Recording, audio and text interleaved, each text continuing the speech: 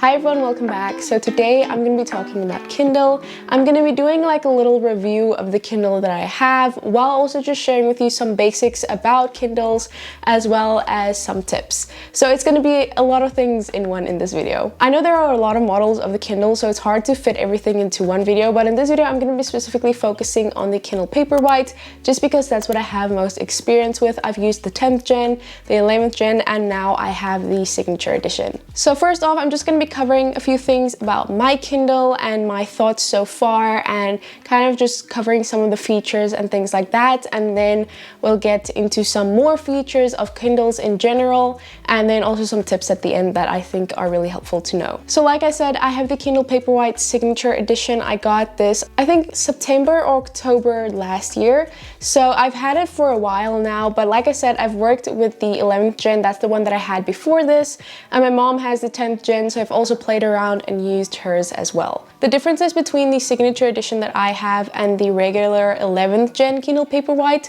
aren't a lot. There's just a few extra features that the signature edition has, but I'm gonna just say it right off the bat, I don't think that it's necessary for everyone to have the signature edition. It costs more, it has a few more features, but I just don't think it's that worth it. In my opinion, I just have it because I make videos about Kindles and things like that, and I just wanted to see what the signature edition was like.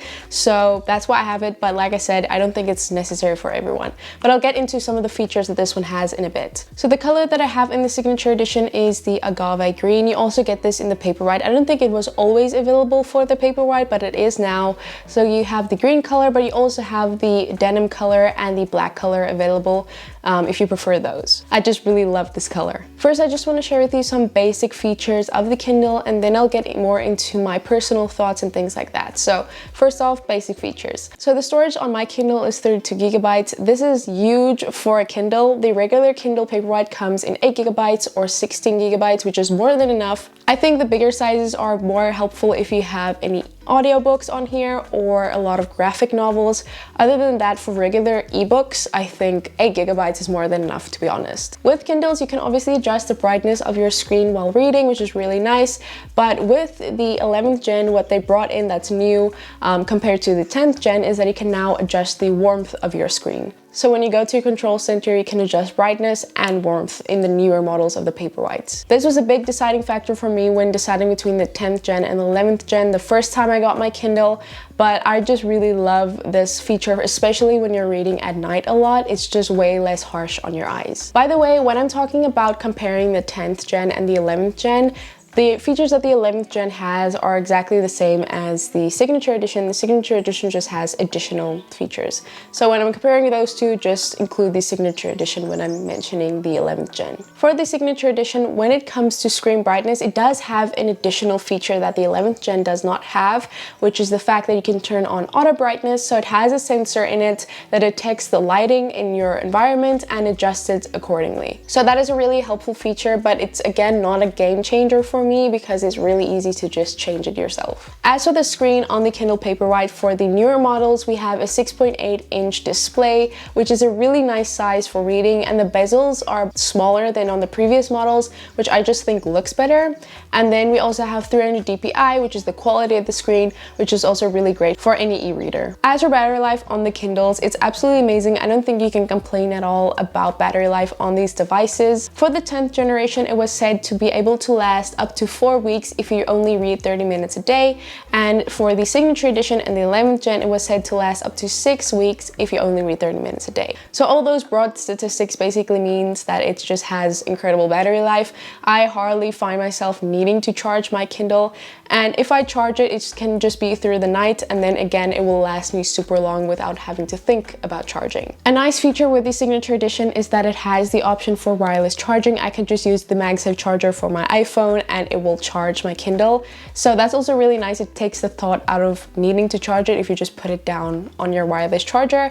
I don't actually use this as much as I thought I would, but it is a nice feature. As for ads, I don't have any ads running on my Kindles. The first Kindle that I ever got, the 11th gen, Gen did actually come with ads. I didn't even know it, but I did get them removed, which I will cover in the tips portion of this video. But if you don't know what ad-supported Kindles mean, it just means that instead of being able to display the book cover of the book that you're currently reading or the Kindle screensavers that I have here, it displays ads of books that's available on the Kindle store. This could be nice if you just want some recommendations, but I just prefer having my book cover or some of the Kindle's covers as the cover of my Kindle. But like I said, I'll cover that more in the tips portion. Now for the usage of the Kindle, my experience and thoughts on the time that I've been using them. I have literally no complaints. I absolutely love using it. The speed, I know a lot of people are like, why is it slow?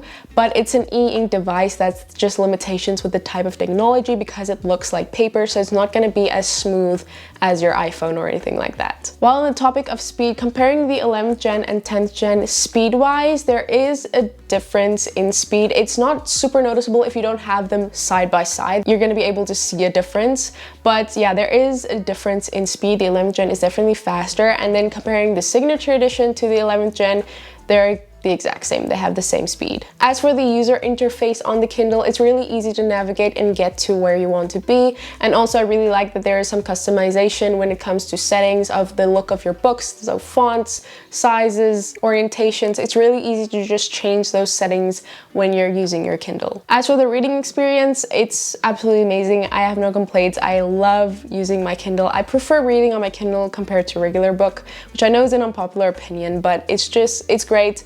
It's so convenient because you can just throw it in your handbag, go wherever you want. You don't have to worry about a book creasing or anything. Also, reading at night is so easy. I mostly read at night. That's why I actually prefer it so much, is because I read at night. So when you have a spouse, you don't always want just like a light beaming in the room when they're trying to sleep. So I can easily read without having to worry about bothering someone else. Also, let me just put you onto one thing. Kindle Unlimited is a must-have when you have a Kindle. I think about 80% of the books that I read are on Kindle Unlimited just because I don't want to spend a ton of money on books in a month. So I have Kindle Unlimited, it's $11.99 per month, and I can have access to so many books. Whereas if I had to buy 5 books in a month, it would definitely be over $12. So yeah, Kindle Unlimited is $11.99 a month. It is a great price for the millions of books that you get access to. You can have about like, I think 20 books at a time that you borrow from Kindle Unlimited. Also, when you do sign up for Kindle Unlimited, I'm pretty sure you get 3 months free, or when you buy a Kindle, you get 3 months free of Kindle Unlimited, and then you start paying the subscription fee. So as you can see, my thoughts are overwhelmingly positive. I just really love all the features that the Kindle has. If you had to mention some cons, I guess, it'd probably have to be the fact that if you read like graphic novels, it might not be the best fit for you. It's just not as nice. It is doable on the Kindle, but obviously if it's in black and white, it's not as fun as say like on the books tablets. It's also an e-ink device, but it is in color, which is really nice for graphic novels. And then obviously on a Kindle, you're limited to annotating and highlighting. The highlighting is just in one color and you can't even see the color, it just looks gray. And obviously you can't write in the margins or anything when it comes to annotating in the Kindle. So to conclude my personal thoughts and opinions, if you are on the fence about getting a Kindle, maybe you think that you're not going to be reaching it for this as much as you are a physical book, so maybe it's not worth the price. All I have to say about that is, from what I've heard from other people's reviews, and also my personal experience, I more often than not hear people say that they reach for this rather than a physical book after a while of using it. Obviously not everyone, some people still prefer physical books, but you'll see a lot of reviews, people end up reaching for this rather than a physical book just because of how convenient it is. So from all of that, I would say it is worth trying it out, buying one and seeing if it works for you. You can always just sell it again if it really doesn't work for you and you're scared of losing that money because you're not using it enough. But from what I've heard and experienced myself, it's definitely worth it. I think you're definitely going to be using it a lot for reading, and it's maybe just going to up the amount of reading you do. I used to use my phone a lot for reading Kindle books, and let me just say, it's just not the same experience. I ended up reading so many more books from my Kindle than reading Kindle books on my phone, so definitely recommend it. This video is going on way longer than I thought I would. I'm sorry, I'm rambling a lot. I'm just very passionate about this topic, I guess. But now I'm gonna go through some tips and tricks. So if you already have a Kindle, these might help you. If you're thinking about getting a Kindle, hopefully you can use these when you get your Kindle. So the first tip is to quickly change the font size in any book you're reading. So when you have a book open on your Kindle, just use 2 fingers and pinch to make it bigger or smaller. The next tip is how to rotate your screen on your Kindle. All you need to do is go into the settings when you're inside a book and then go to rotation and select the option you prefer, so horizontal or vertical. I really like this if I want to prop up my Kindle when it's in its cover. The third tip is to organize your books in collections on your Kindle. This just really helps to organize lots of books that you might have in your library. So the book that you want to add to a collection, click on the 3 dots in the bottom right corner and then choose Add to Collection. Here you can add to an existing collection or create a new collection, so you can have different categories, genres, or whatever organized into collections. Next up, you can use the built-in dictionary on your Kindle. If you don't know a specific word, this is really helpful. All you need to do is hold down on the word that you want to know the meaning of, and then a definition box will pop up at the top. My next tip is how to sync your progress. So this is helpful if you read on multiple devices. So if you're more than one Kindle, if you read on your phone sometimes, then on your Kindle, you can easily sync your devices. So on your Kindle, when you go to settings and go to device options, make sure Whisper Sync for Books is on and enabled. And then it's really easy to sync your Kindle. You just go to your control center and click on the sync option. A lot of the time I do browsing for books on my phone, and when I add it to my Kindle library, it's not always synced directly onto my Kindle. Sometimes it takes a while, so then I can just click on the sync option on my phone and my Kindle, and then it's really easy to just make sure everything is synced. Next, you can easily send documents to your Kindle. This is really easy. You just have to go to settings to your account, and then you'll see it says send to Kindle email. This is a unique email address specifically for your Kindle. So then you can easily send things like PDFs or EPUBs to your Kindle really easily. You just email them to that specific email address, and make sure the email address that you're sending it from is the email address of your Amazon account. And then it's really easy. Once you send the email, it will just take a few seconds and then that document will be on your Kindle. Next up, you can easily take screenshots of your Kindle screen, which is really nice. So how you do this is you just use 2 fingers in each corner of your Kindle. So I have mine at the top right and the bottom left. Tap simultaneously with both fingers and then it will make like a little flash, and then it has taken a screenshot. You can access these screenshots by plugging your Kindle into a computer. Next, I'm going to share with you how to remove ads/special offers from your Kindle. All you need to do is go to your Amazon account, go to content and devices, and then you can select remove special offers, and it costs about $20 to remove. But there is a free option that you can also do. You can go to Amazon on your Amazon app or the website and go to customer support onto one of those live chats, and then just ask the person that the ads on your Kindle are either inappropriate or you just don't like the ads, and they might remove them for free. Sometimes they will try to charge you $20. It just depends on the person, I guess, that you're getting. And I've heard that you can just retry over and over again until someone wants to remove them for free. I did it my first time. I just asked that I didn't want the ads on my Kindle and they removed it for free. They're very nice. So you can do that if you want to. And my last tip is how to create a custom screensaver for your Kindle. This is not actually a screensaver, it's just a way to display a book cover of your choosing. That's kind of a design that you made.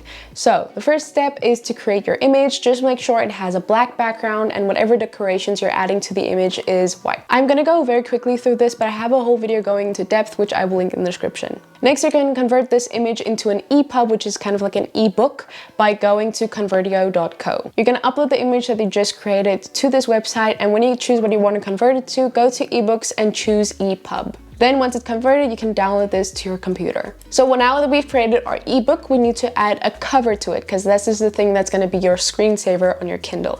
So with this EPUB that we just got, we're going to go to a website called onlineconverter.com/change EPUB cover. Just type that into your URL. The first thing you're going to do is going to click on choose file and upload the EPUB that we just created. Then for cover image, you're going to choose the image that we originally made. For image resize, you can just choose fill, and once you've done that, you can click on convert and you can save that to your device. So once you've done that, you can just send this EPUB to your Kindle via the email method that we previously did. So sending it to your Kindle's email, and then will be on your Kindle. So now when you open up this EPUB, you will see your image, and when you lock your Kindle, it will display that cover image that we uploaded. So yeah, that was everything I wanted to cover on the Kindle. I'm sorry this video is longer than I thought it would be, but I really hope you enjoyed it and got some insight on a Kindle, learned some tips that you can now apply when you have your Kindle.